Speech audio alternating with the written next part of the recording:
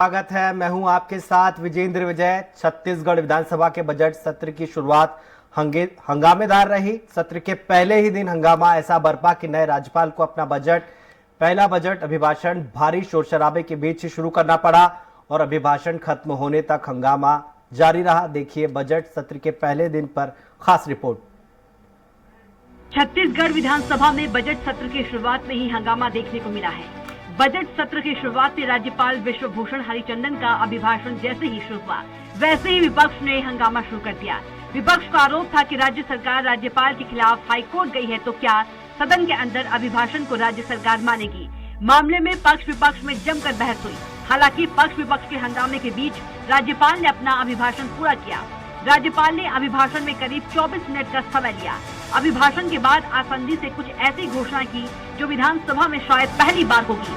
आसंदी ने बजट सत्र के दौरान 10 दिन ऐसे चुने हैं जिसमें 10 दिनों तक सदन की कार्यवाही बिना भोजन अवकाश के शाम 7 बजे तक चलेगी। इधर विपक्ष राज्यपाल के अभिभाषण को लेकर सरकार पर लगातार सवाल खड़े कर रहा है। उसको राज्यपाल से पढ़वाना ये कौन सी संवैधानिक परंपरा है? जब आप राज्यपाल जी के विरुद्ध में हाईकोर्ट में जाते हैं, चीफ सेक्रेटरी याचिका दायर करता है और उन्हीं राज्यपाल से सरकार का भाषण पढ़वाते हैं, तो ये सरकार तो दोमुही सरकार है। अपने फायदे के लिए उपयोग करना चाहती है और जहां संवैधानिक संस्थाओं को संविधान का सम्मान करते हैं वहां पर उनके खिलाफ में हाईकोर्ट में जाती है। इधर सत्ता पक्ष ने सदन के अंदर विपक्ष के हंगामे को दुखद बताया है। संसदीय कार्य मंत्री रविंद्र चौबे ने कहा है कि महामहिम के अभिभाषण में छत्तीसगढ़ आने वाले विकास का प्रतिबिंब दूर से ही दिखाई दे रहा है। सत्ता पक्ष ने विपक्ष को अपनी गरिमा को ध्यान में रखने की नसीहत दी है। साथ ही कहा है कि राज्यपाल संवैधानिक प्रमुख होने के साथ विधानसभा के भी प्रमुख हैं। न्यायालय में सरकार ने मामला लगाया हुआ है, हमने राजभवन के खिलाफ मामला नहीं लगाया है। छत्तीसगढ़ के लाखों करोड़ों जनता के हितों में आरक्षण के पक्ष के लिए हमने मामला लगाया है। उसको लेकर के भारतीय जनता पार्टी लगातार राज्यपाल महोदय के ऊपर आरोप प्रत्यारोप कर रही थी। मैं समझता हूं कि ये दुखद है। छत्तीसगढ़ विधानसभा में बजट सत्र का आगाज हो चुका है। जैसा अंदेशा था ठीक वैसे ही सत्र के आगाज से सदन के अंदर हंगामा देखने को मिला है। इस बार हंगामे का कारण रहा राज्यपाल विश्वभूषण हरिचंदन का अभिभाषण। बजट सत्र के आगाज ने बता दिया है कि आने वाले दिनों में हंगामा ऐसे ही बरपेगा। रायपुर से स्वराज एक्सप्रेस के लिए हेमंत शर्मा की रिपोर्ट। इस पर ज्यादा चर्चा के लिए हमारे साथ मौजूद हैं कांग्रेस प्रवक्ता सुरेंद्र वर्मा, बीजेपी प्रवक्ता संजय श्रीवास्तव, वरिष्ठ पत्रकार अनिरुद्ध दुबे हमारे साथ है। आप तीनों मेहमानों का बहुत बहुत स्वागत है। मैं सबसे पहले जाना चाहूंगा सुरेंद्र वर्मा जी के पास। वर्मा जी, आपकी सरकार का जो है महिमा मंडन किया गया अभिभाषण के जरिए, लेकिन विपक्ष ने तो उसे सुना ही नहीं अच्छे से।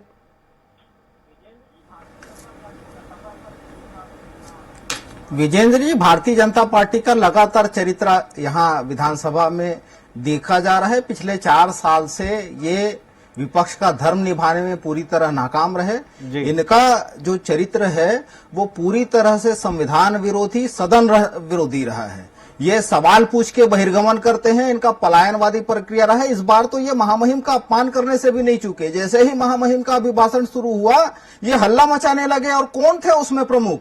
बृजमोहन अग्रवाल जी, जो भाजपा के सर्वाधिक बार जीतने वाले विधायक हैं, शिवरतन शर्मा, अजय चंद्राकर जैसे वरिष्ठ विधायक लगातार महामहिम का अपमान करते रहे, अभिभाषण का विरोध करते रहे। भारतीय जनता पार्टी एक तरफ तो ये कहती है कि राज्यपाल की गरिमा का ध्यान रखना चाहिए, दूसरी तरफ खुद ही महामहिम के अभिभाषण के समय व्यवधान पैदा करके ये साबित कर दिए हैं कि इनके पास कोई मुद्दा नहीं है और जो शिक्षा, स्वास्थ्य, रोजगार और आम जनता की समृद्धि को लेकर सरकार में, भूपेश सरकार में काम हुए हैं, उसको तक ये सुनने को तैयार नहीं है। और इसी आचरण के चलते भारतीय जनता पार्टी के नेता छत्तीसगढ़ में अपनी विश्वसनीयता खोते जा रहे हैं। और जिस प्रकार से भारतीय जनता पार्टी ये सवाल कर रही है, बृजमोहन अग्रवाल जी को सुन रहा था मैं अभी, जिस प्रकार से वो कह रहे हैं कि राजभवन के खिलाफ ये गए हैं, तो ये जान ले कि कोई भी संस्था, कोई भी संवैधानिक संस्था जिसमें राजभवन भी शामिल है, संवैधानिक प्रावधानों से, संवैधानिक मर्यादाओं से बंधे हुए हैं। और कल ही माननीय सर्वोच्च न्यायालय के चीफ जस्टिस ने कहा अनुच्छेद 163 के अनुसार राजभवन भी अपने कार्यों के निष्पादन में सहायता और सलाह के लिए मंत्रिमंडल के इशारे पर, संबंधित राज्य के मंत्रिमंडल के सलाह पर काम करने बाध्य है। वहां का जो पंजाब का मामला था, उसके पहले आपने देखा होगा महाराष्ट्र में किस प्रकार से आधी रात को राष्ट्रपति शासन खत्म कर दिया गया, भोर होने से पहले अल्पसंख्यक के व्यक्ति को मुख्यमंत्री बना दिया। वो मामला भी सुप्रीम कोर्ट में गया था, उसमें भी समीक्षा की गई थी। ये पहली बार नहीं है। पश्चिम बंगाल में चुनी हुई सरकार के खिलाफ जब विजेंद्र जी पत्रकार वार्ता ली गई राजभवन से, तब भी वो मामला सुप्रीम कोर्ट में गया था। झारखंड में विशेष सत्र बुलाकर सर्वसम्मति से जो तो कुछ वो बात आज अलग सदन है। में हुआ, क्या वो नहीं होना चाहिए था? क्योंकि जो संसदीय परंपरा है वो लगातार गिरते जा रही है।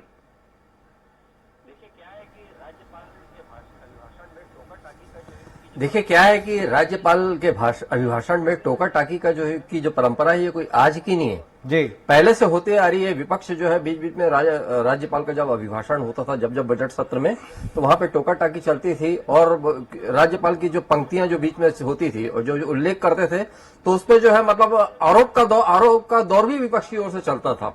लेकिन आज जो है कुछ ज्यादा दिखा। उसका कारण ये है कि जो आरक्षण जैसे मुद्दे को लेके अभी पिछले जो है दिसंबर महीने से लगातार जो है छत्तीसगढ़ में बहुत बड़ी बहस छिड़ी रही। मतलब यह है कि विधेयक इसी विधानसभा से जो है विशेष सत्र में जो है विधेयक पारित हुआ था, वो राजभवन गया, फिर वहां महामहिम राज्यपाल जी के जो हस्ताक्षर नहीं हो पाए। जो पहले जो राज्यपाल थी अनुसुईया उइके जी के, तो अनुसुईया उइके जी ने भी इसके पीछे जो है अपना पक्ष रखा था, अपना कारण था। और ये बात सही है कि मामला जो है कोर्ट तक गया, कोर्ट तक चला गया और फिर वो कोर्ट से जो है मतलब कुछ चीजें जो है राजभवन पूछी गई। फिर राजभवन से ये भी कहा गया बिलासपुर हाई कोर्ट को कि मतलब ये कि वहां राजभवन पे सवाल उठाया नहीं जा सकता। बहुत कुछ घटनाक्रम रहा, तो उसी को आधार बनाकर आज जो है भारतीय जनता पार्टी के जो विधायकों ने वहां पे सदन में जो है आवाज उठाई। और उसमें यह था कि आज राज्यपाल एक राज्यपाल काफी उम्र के हैं, अभी जो है राज्यपाल 80 साल से ऊपर के हैं, तो ये भी हुआ कि मतलब मुख्य अंश पढ़ेंगे। तो आज उन्होंने अभिभाषण में मुख्य अंश ही पढ़ा, लेकिन वहां इतना शोर शराबा था कि जो है मतलब वो सुनने में नहीं आया। फिर एक बात और हुई आज, मतलब उसमें यह है कि कुछ पार्ट जो है वो अंग्रेजी में पढ़ेंगे। तो उन्होंने जब अंग्रेजी में पढ़ा राज्यपाल ने अपना अभिभाषण, मेरे ख्याल से सदन में मेरे को लगता है छत्तीसगढ़ की विधानसभा में पहली बार हुआ होगा कि किसी राज्यपाल ने जो है अंग्रेजी में भी अंश पढ़ा। तो उसमें धर्मजीत सिंह जो जोगी पार्टी के विधायक हुआ करते थे, अब तो उनको पार्टी से उनको बाहर कर दिया गया, तो उनको ये निर्दलीय कहना चाहिए। तो उन्होंने आपत्ति की कि महामहिम छत्तीसगढ़ में जो है कोई अंग्रेजी नहीं समझता, टीएस सिंहदेव जैसे एक आध दो अपवाद हो सकते हैं, तो आप अपना अभिभाषण जो है हिंदी में पढ़ें। लेकिन महामहिम ने हिंदी में पढ़ने के बजाय उन्होंने अपना जो अंग्रेजी में पढ़ना। तो इस तरीके का आज का जो है परिदृश्य था विधानसभा में। ओके वर्मा जी, मैं आपके पास दोबारा आते हुए एक सवाल आपसे पूछना चाहूंगा। जिस तरीके से बीजेपी ने आज शोर शराबा किया, उनको तो अच्छे से अभिभाषण सुनना था, उनको पता चलता कि सरकार की उपलब्धियां क्या है, फिर उसके बाद वो उस पर चर्चा पर बोल पाते, कम से कम सुनना था उनको।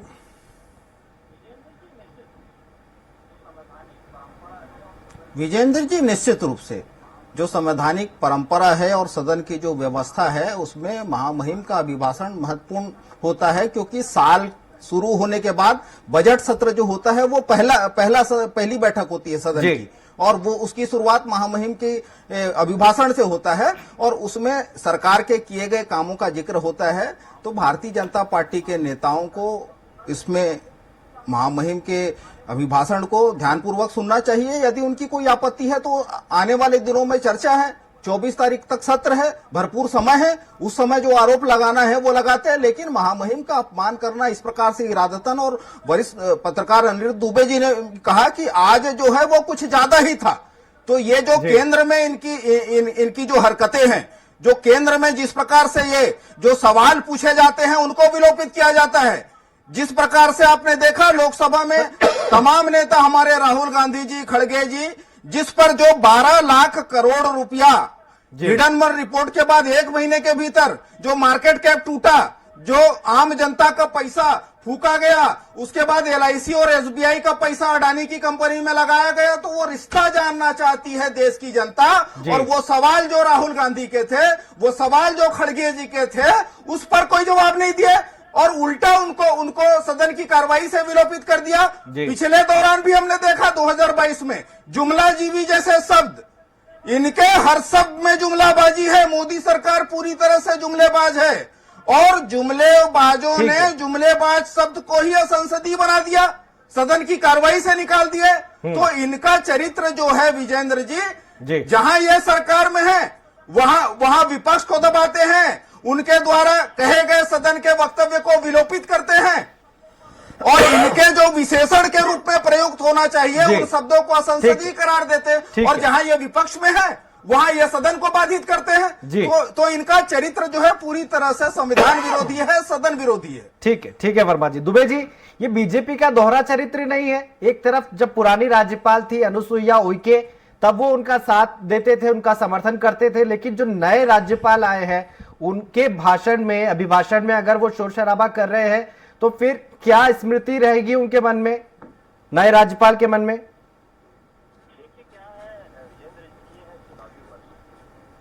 देखिए क्या है विजेंद्र जी, ये है चुनावी वर्ष जी। और क्या है कि विधानसभा मतलब सड़क, जो लड़ाई विपक्ष की रहती है वो सड़क से लेकर सदन तक होती है, और ये आखिरी बजट सत्र है इस सरकार का, जी। तो निश्चित रूप से आक्रामकता तो इनको दिखानी ही होगी।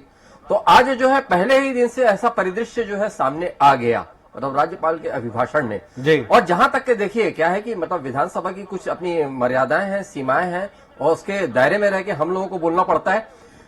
संकेत तो ये मिल रहे थे कि आज का जो विरोध प्रदर्शन जो हुआ है वो उससे ज्यादा जो है आक्रामक होने वाला था जी। मतलब वो जो चीजें जो सामने आती और आक्रामक आती, शायद कुछ विचार विमर्श हुआ होगा, कई बार जो है इशारों में विचार विमर्श हो जाता है सदन के भीतर, वो चीजें जो है थोड़ा सा और संयमित और संतुलित हो गई।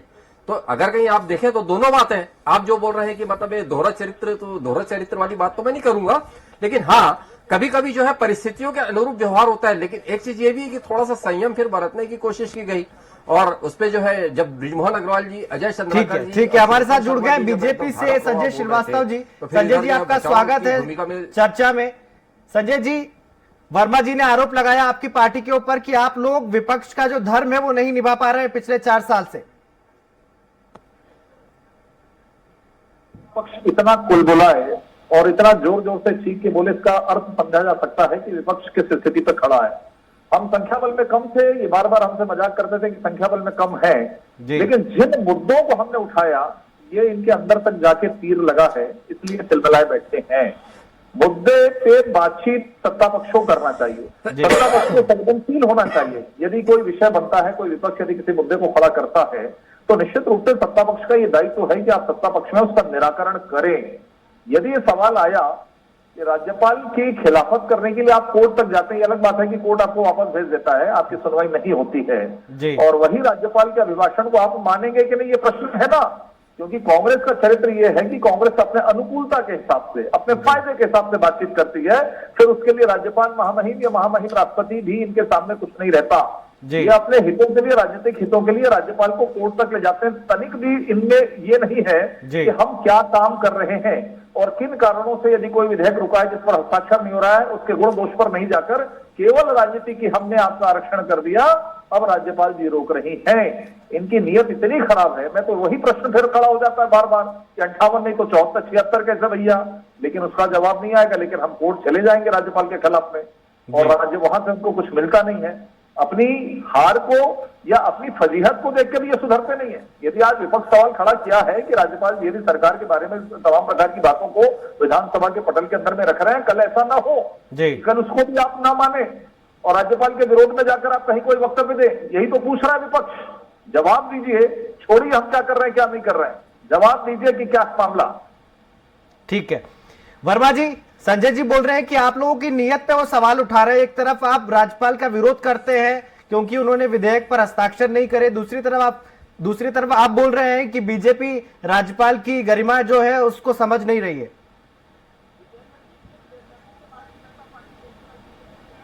विजेंद्र जी, किस बेशर्मी से भारतीय जनता पार्टी के नेता झूठ बोलते हैं उसको समझिएगा। ये कह रहे हैं कि सुनवाई नहीं हुई, ये कान खोल के सुन ले।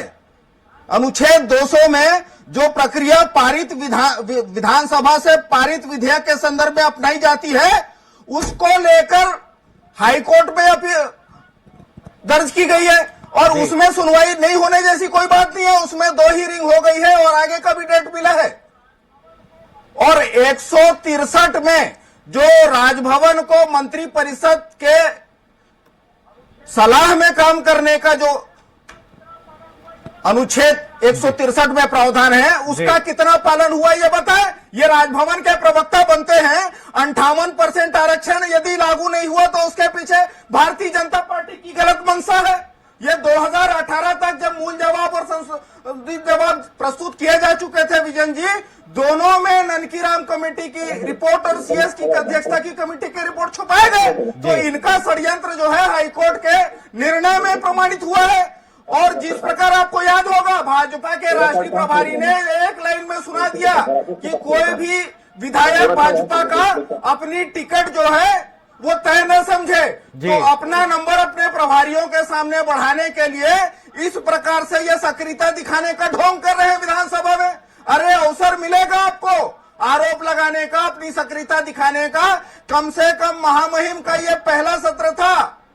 नए महामहिम यहाँ पर राज्यपाल जो आए हैं हरिचंदन जी, उनका पहला सत्र था। पहले दिन तो थोड़ी मर्यादा रख लेते। तो ये भारतीय जनता पार्टी के मुद्दा विहीन नेता अपने दिल्ली के नेता ले लेते संजय जी, अभिभाषण आपको सुनना चाहिए था।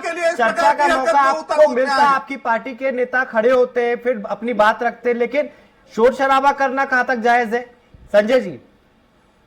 देखिए ऐसा है, सदन के अंदर में यदि सुनवाई प्रेम से हो जाए तो मुझे लगता है कि शोर शराबा करने की आवश्यकता ही नहीं है।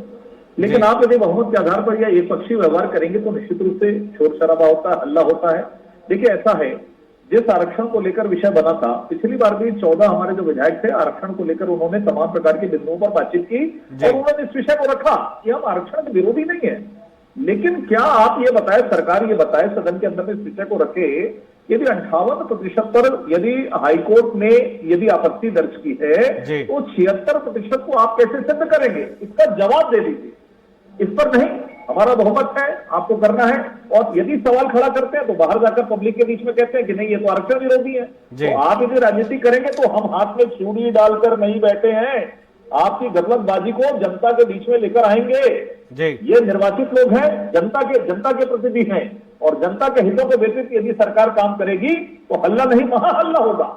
यदि सरकार अपने व्यवहार को नहीं समझ पाएगी कि हमको संतुष्ट करना है विपक्ष को, जब हम ये कह रहे हैं बार बार चिल्ला के कि नहीं हम आरक्षण के समर्थक हैं, हम करेंगे, लेकिन आप इतना तो बताइए कि 58 में कोई मामला रुक रहा है तो 76 कैसे? हम करें नहीं करें क्या हुआ वो बात का विषय है, हमने चलाया 6 साल तक। लेकिन यदि आज 58 पर रोक लगी है तो आप 76 कैसे? दूसरी बात यह है कि राज्यपाल को भी घेर रहे थे। सुनिए कि राज्यपाल जी ने कहा था कि मैं 1 घंटे में हस्ताक्षर कर दूंगी। उन्होंने कहा था, मैं भी कह रहा हूं, उन्होंने कहा था जिस विषय पर आया था कि 32% आदिवासी का विषय आया था, उन्होंने कहा था इसको ठीक करके भेज दिया। आपने ओबीसी ये वो लन फन करके 76 भेज दिया, 90 भेज दिया। घर की खेती है क्या? अरे संविधान है इस देश के अंदर में, संविधान है, व्यवस्थाएं, आखिर इसको हम कैसे लागू कर पाएंगे? इसका देखिए, आपको तो चुनाव चल रहा था वहां पर 2 दिन पहले 70 दिन तक जेब के अंदर में रखे थे, उस पर कोई काम नहीं किए। ठीक मतदान के 2 दिन पहले भानु प्रतापपुर के पहले ये पास करके वहां पहुंच गए मुख्यमंत्री जी, देखो भैया मैं 76 कर दिया, आप मेरे को वोट दे दो। 70 दिन तक क्यों नहीं करे थे उस पर कार्रवाई? तो मुझे लगता है कि आपका आचरण ऐसा रहेगा, समय के अनुसार आचरण नहीं बदलना चाहिए। ठीक है संजय जी, इसको समझते हैं। दुबे साहब हमारे साथ है, वरिष्ठ पत्रकार। दुबे जी, इस पूरे चैप्टर को कैसे देखते हैं कि सरकार जो है राजभवन के खिलाफ केस करती है, फिर अभी बात हो रही है पद की गरिमा की, इस पूरे कॉन्टेक्स्ट को कैसे देखते हैं आप दुबे जी?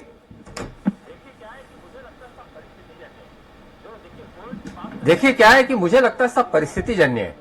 जो देखिए कोर्ट की बात से पहले ये था कि जो आरक्षण विधेयक था सरकार चाह रही थी, विपक्ष के नेता भी कह रहे थे वहां पे भारतीय जनता पार्टी की जो नेता लोग की ये जो आरक्षण विधेयक पारित होना चाहिए।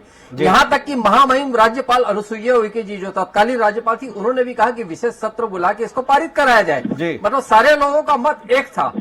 और जब वहां पे विधानसभा से जो पारित हुआ तो ये सर्वसम्मति से पारित हुआ। ये कांग्रेस विधायकों की भी सहमति थी, भारतीय जनता पार्टी के विधायकों की सहमति थी। फिर वो राजभवन में गया तो वहां पे जो कुछ ऐसी तकनीकी जो है मतलब वहां पे बिंदु उपजे, जैसे क्वांटिफाइबल डेटा आयोग की रिपोर्ट, वो महामहिम का कहना था कि वो राजभवन में वो नहीं पहुंच पाई क्वांटिफाइबल डेटा आयोग की रिपोर्ट। उसके अलावा कई सारे जो संगठन वो सामने आ गए। अब जैसे पिछड़ा वर्ग का उनका कहना था कि हमारा जो यहाँ पे है 45% के आसपास है हमारी आबादी, तो हमारा जो आरक्षण का प्रतिशत जो है अधिक होना चाहिए, मतलब बड़े बड़े अफसर डेलीगेशन में गए थे। तो ऐसी परिस्थितियां हुई कि मामला उलझते उलझते चला गया और बात कोर्ट तक जा पहुंची। कोर्ट से जो है मतलब कुछ जो है लाइनें राजभवन तक पहुंच गई, जिस पर राजभवन ने भी आपत्ति जताई कि हाई कोर्ट किसी भी उस पर जो है राजभवन को उल्लेखित नहीं कर सकता। तो सारा जो है गड्ढमड हो गया। तो एक जी। विधेयक पारित होते होते रह गया। लेकिन ये जो देखिए, मैं आम जनता की बात करता हूं तो उससे बहुत सारे जो है नौकरी, जिनको रोजगार की दरकार है, उनका हित कहीं ना कहीं प्रभावित हुआ। प्रमोशन की बात है, कितने ही प्रमोशन अटके जी। होंगे। तो जैसा भी हो, जिस रूप में भी समाधान निकले, मैं प्रतिशत में नहीं जाना चाहता, जी। लेकिन यह है कि जिनका ठीक। भविष्य आधार में लटका है, उनके हित में कोई ना कोई आपस में जो ठीक है है। विचार विमर्श के ठीक बाद है। निर्णय हो। वर्मा जी पूरी लड़ाई तो 58 वर्सेस 76 की है। अगर आप 58 का 58 करते, 76 ना करते, तो शायद ये दिन नहीं देखना पड़ता। वर्मा जी। विजेंद्र जी, भारतीय जनता पार्टी के दोगले चरित्र से पूरे देश की जनता परिचित है। इसी प्रकार का विधेयक देखिए विजेंद्र जी, 11 नवंबर को झारखंड में पारित हुआ, वो भी विशेष सत्र में। वो आज तक राजभवन में लंबित है क्योंकि वो गैर भाजपा शासित राज्य है। 2 दिसंबर को छत्तीसगढ़ में पास हुआ, जिसमें भारतीय जनता पार्टी के नेता समर्थन की, विधानसभा के भीतर समर्थन का ढोंग करते हैं। ये समर्थन की नौटंकी की गई। जब आपत्ति थी तो समर्थन क्यों किए? वो भी 2 दिसंबर से आज तक राजभवन में लंबित है। और कर्नाटक में इसी प्रकार का विधेयक आया, वो तत्काल राजभवन में हस्ताक्षर हो गया। तो ये भारतीय जनता पार्टी के नेता बताए कि ये इस देश में क्या 2 संविधान है? अभी संविधान की दुहाई दे रहे थे, ये कह रहे थे 56 से 76, 58 से 76। अरे आपको ओबीसी आरक्षण बढ़ने में क्या आपत्ति है? 27% से हो रहा है 14% से, तो उसमें क्या आपत्ति है? अनुसूचित जाति के आरक्षण को 3% काटने का पाप छत्तीसगढ़ में यदि किसी ने किया है तो वो रमन सरकार ने, और उसको यदि बढ़ाया जा रहा है तो इनको क्यों आपत्ति है? ईडब्ल्यूएस और ओबीसी की आरक्षण की गणना के लिए जस्टिस छबिलाल पटेल की अध्यक्षता में हमने क्वांटिफाइबल डाटा आयोग गठित किया। उसके रिपोर्ट के आधार पर ये विधेयक लाए गए, जो विधि विभाग से प्रमाणित है। वहां पर परीक्षण भी कराया गया। तो भारतीय जनता पार्टी के नेता एक तरफ सदन के भीतर समर्थन करते हैं, सर्वसम्मति से जब विधेयक पास हो गया तो राजभवन के पीछे खड़े होकर ये अटकाने का काम करते हैं। तो इनके दोगले चरित्र से छत्तीसगढ़ की जनता वाकिफ है। वो झारखंड में अवैधानिक हो जाता है, छत्तीसगढ़ में राजभवन में रुकवाते हैं। और उसी टाइप का विधेयक जो है संजय जी मुस्कुरा रहे हैं आपकी बात पर, उनसे रिएक्शन ले लेते हैं। संजय जी, जहां आपकी सरकार है, जिस राज्य में आपकी सरकार है, वहां घर की खेती है, जहां विपक्ष की सरकार है वहां घर की खेती नहीं है, ऐसा कैसे चलेगा सर? देखिए, सबसे पहले मैं कांग्रेस के मित्र को धन्यवाद देता हूं कि कितने सुंदर सुंदर उच्चारण जो कांग्रेस के शब्दों में निहित है उनकी डिक्शनरी में, दोगला, ये वो बेशर्म है, इस तरह के शब्दों का प्रयोग करें। इनकी बेशर्मी को बताता है कि किस तरीके के लोग हैं। बेशर्मी इसको नहीं कहते, बेशर्मी इसको कहते हैं कि जो देश को बेच देता है, धर्म के आधार पर देश को तोड़ देता है। प्रधानमंत्री बनने के लिए नेहरू, गांधी परिवार, यदि देश को तोड़ दो 2 भाग में, लेकिन मुझे प्रधानमंत्री बनना है। देश के संसाधन को अपने मित्रों पर लुटाए वो बेशर्मी है। सुनो, जो देश पर कर्ज का भार 4 गुना बढ़ा दे वो बेशर्मी है। मेरी बारी सुन लो, अब मेरी बारी सुन लो। सुनो की बात करो, सुनो। आपकी बेशर्मी को हाईकोर्ट ने भी लिखा है। हाईकोर्ट ने लिखा है 2018 तक ऐसा तमाशा मारा है दस्तावेज को छुपाए 2018 तक अंतिम जवाब प्रस्तुत किया जा चुका है। भारतीय जनता पार्टी के षड्यंत्र को प्रमाणित करता है कि मेन बात है षड्यंत्र को, रमन सिंह के षड्यंत्र को प्रमाणित करता है। का सवाल है कि कर्नाटक में राज्यपाल साइन करते हैं, लेकिन झारखंड में और छत्तीसगढ़ में साइन नहीं करते हैं। कर्नाटक में इस तरह का कोई विषय ही नहीं है। एक बार परीक्षण कर ले मेरे भाई अच्छे से। अच्छा, अलग कानून है क्योंकि वहां दुरंगियों की सरकार है, संघियों की सरकार है। ये सुनो, ये तुम्हारा ज्ञान नहीं है, तुम पढ़े लिखे नहीं हो, ये तुम्हारा दिक्कत हो सकती है। लेकिन आज आरक्षण अच्छा, ज्ञान के ठेकेदार ये संघी है, ये नफरती चिंटू है ज्ञान के ठेकेदार। राज्यपाल जो है ना, राज्यपाल को बताइए 2018 तक रमन सरकार ने ननकी राम के दस्तावेज को हाईकोर्ट में क्यों सबमिट नहीं किया? ठीक हो, ये कांग्रेस भवन नहीं है, ये कांग्रेस भवन नहीं है, ये कांग्रेस कमेटी का भवन नहीं है, राजीव भवन नहीं है। समय का अभाव है, आखिरी कमेंट मंत्री से दुबे जी, आपको क्या लगता है एक लंबा सदन चलना है, उसमें अगर इस तरह से तू में होगी तो क्या जनता का वक्त भी जाया नहीं होगा? ध्यान से सदन में क्या कुछ हो रहा है? जहाँ लक्षपार काम होता है, मुझे लगता है बेशर्मी का चादर उड़कर कांग्रेस जिस तरीके से बेशर्मी के दुबे जी, साथ आदिवासी आखिरी कमेंट आपका। बेशर्मी कौन दिख रहा है?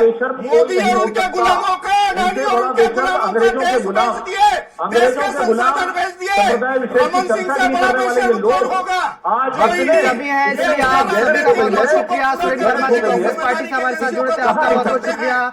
दुबे साहब हमारे साथ जुड़े हुए थे रायपुर से, आपका बहुत बहुत शुक्रिया। संजय श्रीवास्तव जी आपका बहुत बहुत शुक्रिया।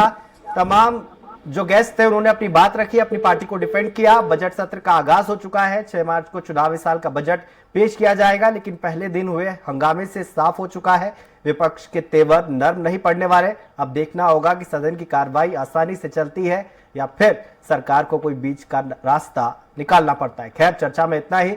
तमाम खबरों के लिए देखते रहिए स्वराज एक्सप्रेस। नमस्कार।